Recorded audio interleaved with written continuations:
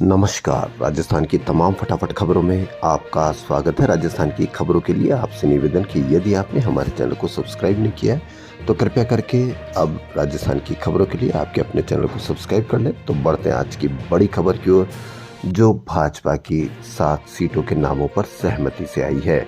जी हां, राजस्थान में भाजपा में लोकसभा सीटों पर प्रत्याशियों के चयन का काम तेजी से हो रहा है। प्रदेश कोर कमेटी की ओर से सभी 25 सीटों के लिए तैयार किए गए पैनल पर बुधवार को दिल्ली में पार्टी मुख्यालय में राष्ट्रीय अध्यक्ष जेपी नड्डा और केंद्रीय गृह मंत्री अमित शाह की मौजूदगी में चर्चा हुई।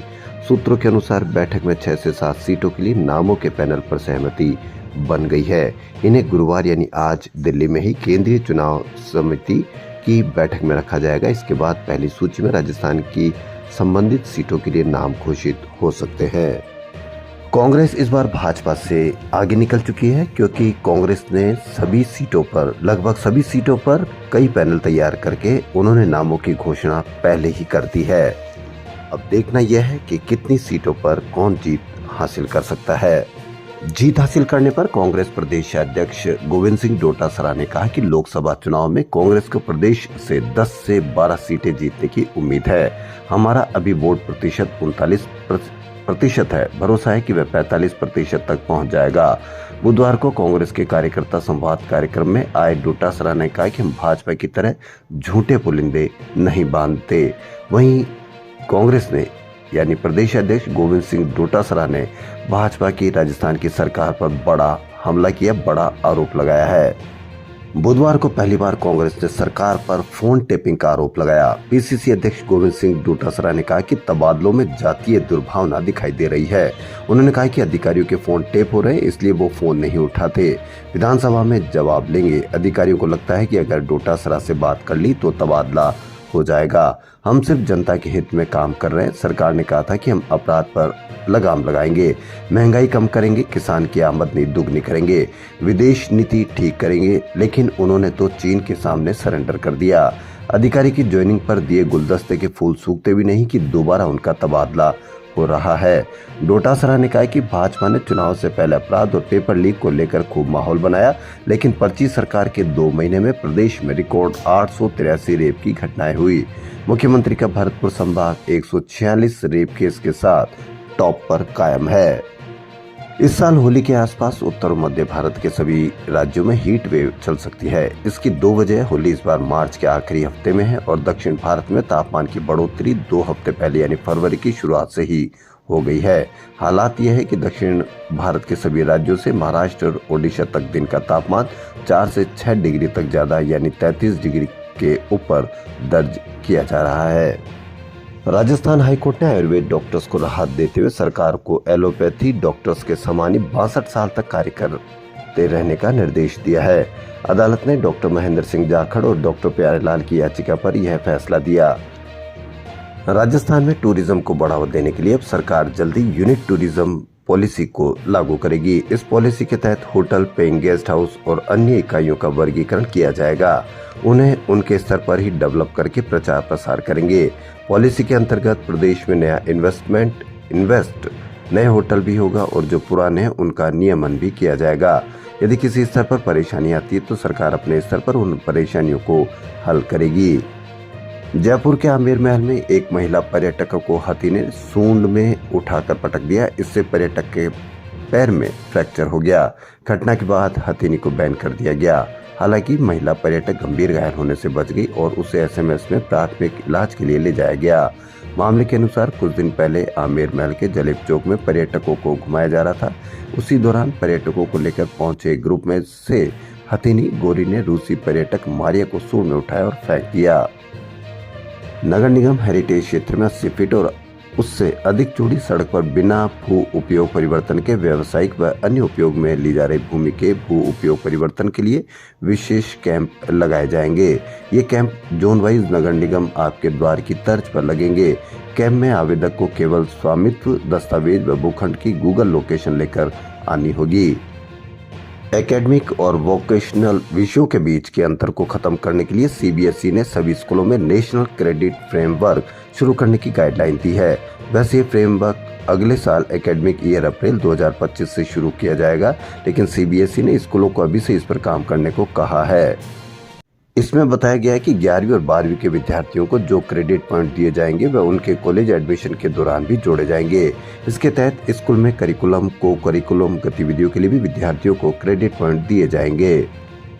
राजस्थान में आए दिन दुष्कर्म के मामलों को लेकर अखिल भारतीय विद्यार्थी परिषद ने बुधवार को अपनी ही सरकार पर राजस्थान विश्वविद्यालय के मुख्य द्वार पर विरोध प्रदर्शन किया। एबीवीपी इकाई अध्यक्ष रोहित मीणा का कहना है कि राजस्थान में भले ही राज बदल गया हो, लेकिन अपराधों पर अंकुश नहीं लग पाया है। पहले प्रागपुरा में और अब अलवर स्थित हॉस्पिटल की आईसीयू में भर्ती महिला मरीज के साथ अस्पताल के ही एक स्टाफ ने दुष्कर्म की घटना को अंजाम दिया है। मौजूदा स्थिति में अपराधियों में पुलिस और सरकार का खौफ नहीं है। ऐसी घटना को अंजाम देने वालों पर कार्रवाई की मांग की है। एबीवीपी के इकाई मंत्री मनु दादीश ने बताया कि यदि सरकार हमारी मांगे नहीं मानती तो विधानसभा का घेराव करने की चेतावनी दी है। अखिल भारतीय विद्यार्थी परिषद के कार्यकर्ता सुनील, देवेंद्र, अमृत सिंह, राहुल, विकास, अरविंद, विजय और दीपक आदि कार्यकर्ता उपस्थित रहे। वहीं राजस्थान में एक बाबा ने रिटायर्ड न्यायिक अधिकारी के बेटे की पत्नी को पूजा, वास्तु और कर्मकांड के द्वारा घरेलू परेशानियों को दूर करने का झांसा देकर मोबाइल पर अश्लील बात करना शुरू कर दिया। महिला ने मोबाइल नंबर ब्लॉक किए तो बाबा ने घर पर अश्लील लेटर भेज दिए। आरोपी ने ब्लैकमेल किया तो पीड़िता ने थाने में रिपोर्ट दर्ज कराई। पुलिस के अनुसार सितंबर 2023 में गणेश चतुर्थी पर महिला परिवार के साथ रामगंज स्थित एक गणेश मंदिर में पूजा करने गई थी। मंदिर में राजू शर्मा नाम के व्यक्ति ने उनको पूजा पाठ से घरेलू परेशानियों को दूर करने की बात कही और महिला के मोबाइल नंबर ले लिए और उस पर अश्लील बातें करने लगे। तो आप भी सावधान रहिए। कोई भी आपको घरेलू परेशानियों को दूर करने के लिए इस तरह के झांसे दे तो आप उस पर ध्यान न दें और अपनी आपको सावधान रखें, बचा कर रखें। राजस्थान हाईकोर्ट के CJMM श्रीवास्तव ने कहा कि न्यायपालिका में भी कई तरह की चुनौतियां और इनमें से केस पेंडेंसी सबसे बड़ी समस्या है। कोर्ट में केसों की बढ़ती संख्या के साथ ही जजों की कमी और कोर्ट में आधारभूत सुविधाओं की कमी भी इसमें शामिल है। वहीं ऑनलाइन फ्रॉड के बारे में लोगों को जागरूक करने और फ्रॉड पर लगाम लगाने के लिए राजस्थान पुलिस ने ई-कॉमर्स कंपनी मीशो के साथ cyber crime DG doctor V Prakash Meharade की मौजूदगी में MOU किया। इसके तहत ऑनलाइन ट्रांजैक्शन की सुरक्षा से संबंधित सभी आवश्यक मुद्दों पर सोशल मीडिया प्लेटफॉर्म एवं स्टेक होल्डर्स की ट्रेनिंग के जरिए जागरूकता अभियान चलाया जाएगा। लोगों में सतर्कता और सजगता के साथ सुरक्षित डिजिटल लेन देन को बढ़ावा देने के लिए माहौल तैयार किया जाएगा। जलदाय कर्मचारियों ने जल भवन पर एकत्र होकर मुख्य अभियंता प्रशासन कार्यालय पर विरोध प्रदर्शन किया। संघ ने 7 सूत्रीय मांग पत्र मुख्य अभियंता प्रशासन दिनेश गोयल को ज्ञापन सौंपते हुए जल्द निवारण करने की मांग की है। प्रांतीय नल मजदूर यूनियन इंटक के प्रदेश अध्यक्ष संजय सिंह शेखावत, कार्यवाहक अध्यक्ष केदार शर्मा, महामंत्री राजेंद्र सिंह सोलंकी व उपाध्यक्ष रघुवीर सिंह शेखावत के नेतृत्व में यह प्रदर्शन किया गया। संघ के जिलाध्यक्ष ताराचंद सैनी ने बताया कि राज्य सरकार ने 9 फरवरी 24 को वर्क चार्ज कर्मचारियों को 9 पदों के साथ नियमित के आदेश जारी किए थे। जयपुर के पिंक सिटी प्रेस क्लब में बुधवार को शीला सुखदेव सिंह गोगामेडी ने वार्ता कर बताया कि सुखदेव सिंह गोगामेडी हत्याकांड के बाद सरकार द्वारा किए गए वादे अभी तक पूरे नहीं किए गए हैं। हत्याकांड के बाद सर्व समाज में आक्रोश पैदा हो गया था, जिसे वर्तमान भाजपा सरकार के प्रतिनिधियों ने बखूबी संभालते हुए वादा किया था। संघर्ष समिति द्वारा रखी गई सभी मांगों को भी स्वीकार करके वादा किया गया था। आज उन्हीं मांगों के लिए सुखदेव सिंह गोगामेडी परिवार और अजीत राजावत परिवार को ये साफ नहीं हो पा रहा है कि वो न्याय की गुहार लेकर किस जगह जाए। उन्होंने बताया कि हमारी मांगे थी कि हत्याकांड के प्रत्येक पहलू को उजागर करना, NIA द्वारा जांच पूरी नहीं हुई। इसके अलावा पीड़ित परिवारों को तुरंत प्रभाव से आर्थिक सहायता एवं आश्रित को एक सरकारी नौकरी का वादा सहित अन्य मांगों को आज 80 दिन बीत जाने के बाद भी पूरी नहीं की गई है।